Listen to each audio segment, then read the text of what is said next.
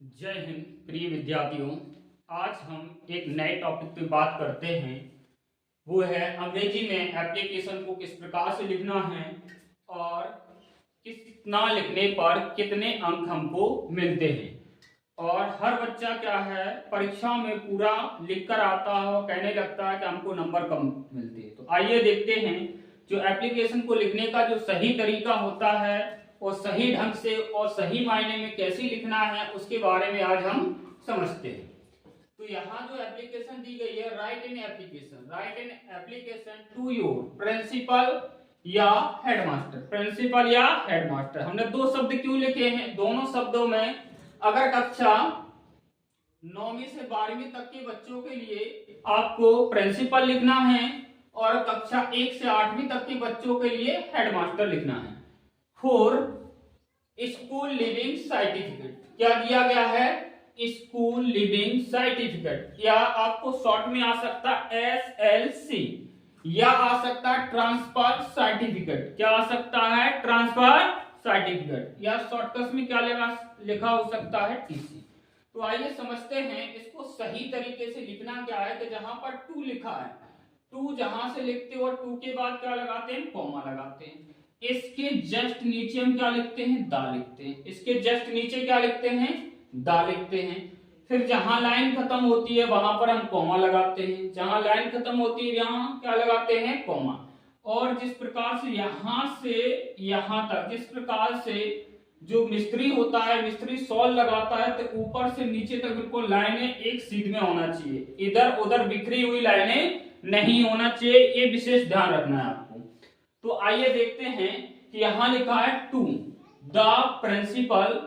अगर 1 से 8वीं तक के बच्चे लिख रहे हैं तो द हेडमास्टर। क्या लिखना है? The headmaster.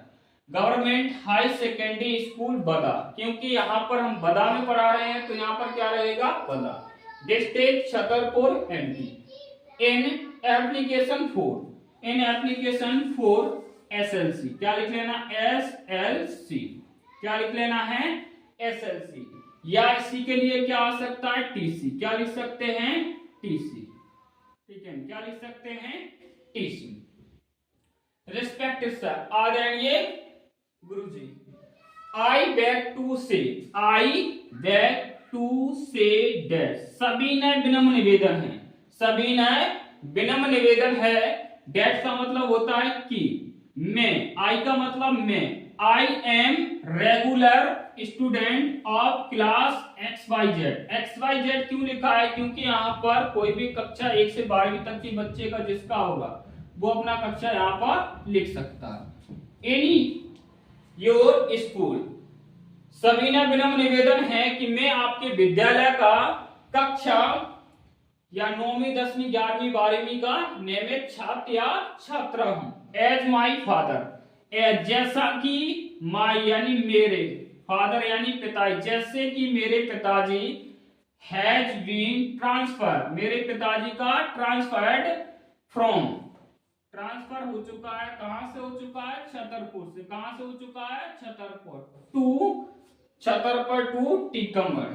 मेरे पिताजी का ट्रांसफर कहां से हो चुका है? छतरपुर से टीकमगढ़ हो चुका है। देयरफॉर आई, जैसा कि मेरा पूरा परिवार कहां जा रहा है? टीकमगढ़ जा रहा है, तो ऐसी स्थिति में मेरा अध्ययन करना छतरपुर में संभव नहीं है। तो क्या लिखेंगे? Kindly request you to issue, मतलब हमको शीघ्रता से प्राप्त करें। Me my school leaving certificate, हमें क्या करें? बहुत ही शीघ्रता से प्राप्त करवाएं school leaving certificate. At the earliest मतलब होता है शीघ्रता से ईयर लिस्ट। सो आई, क्या लिखना है? सो आई, इसलिए मैं, माई टेक एडमिशन, इसलिए मैं शीघ्रता से कहीं टीकमगढ़ के स्कूल में जाकर एडमिशन ले सकूं।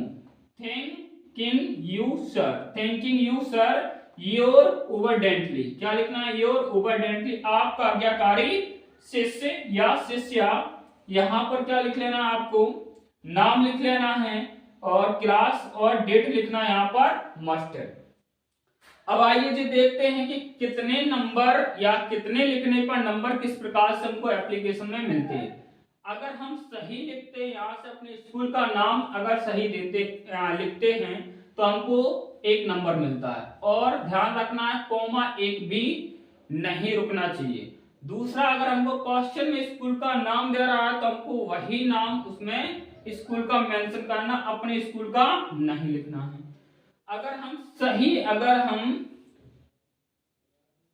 सब्जेक्ट लिख रहे हैं जिसके बारे में दिया जा रहा तो 1 नंबर हमको सब्जेक्ट पे लिखने में मिलते। इतना सारा जो लिखने में हमको कितना मिलता, 1 नंबर।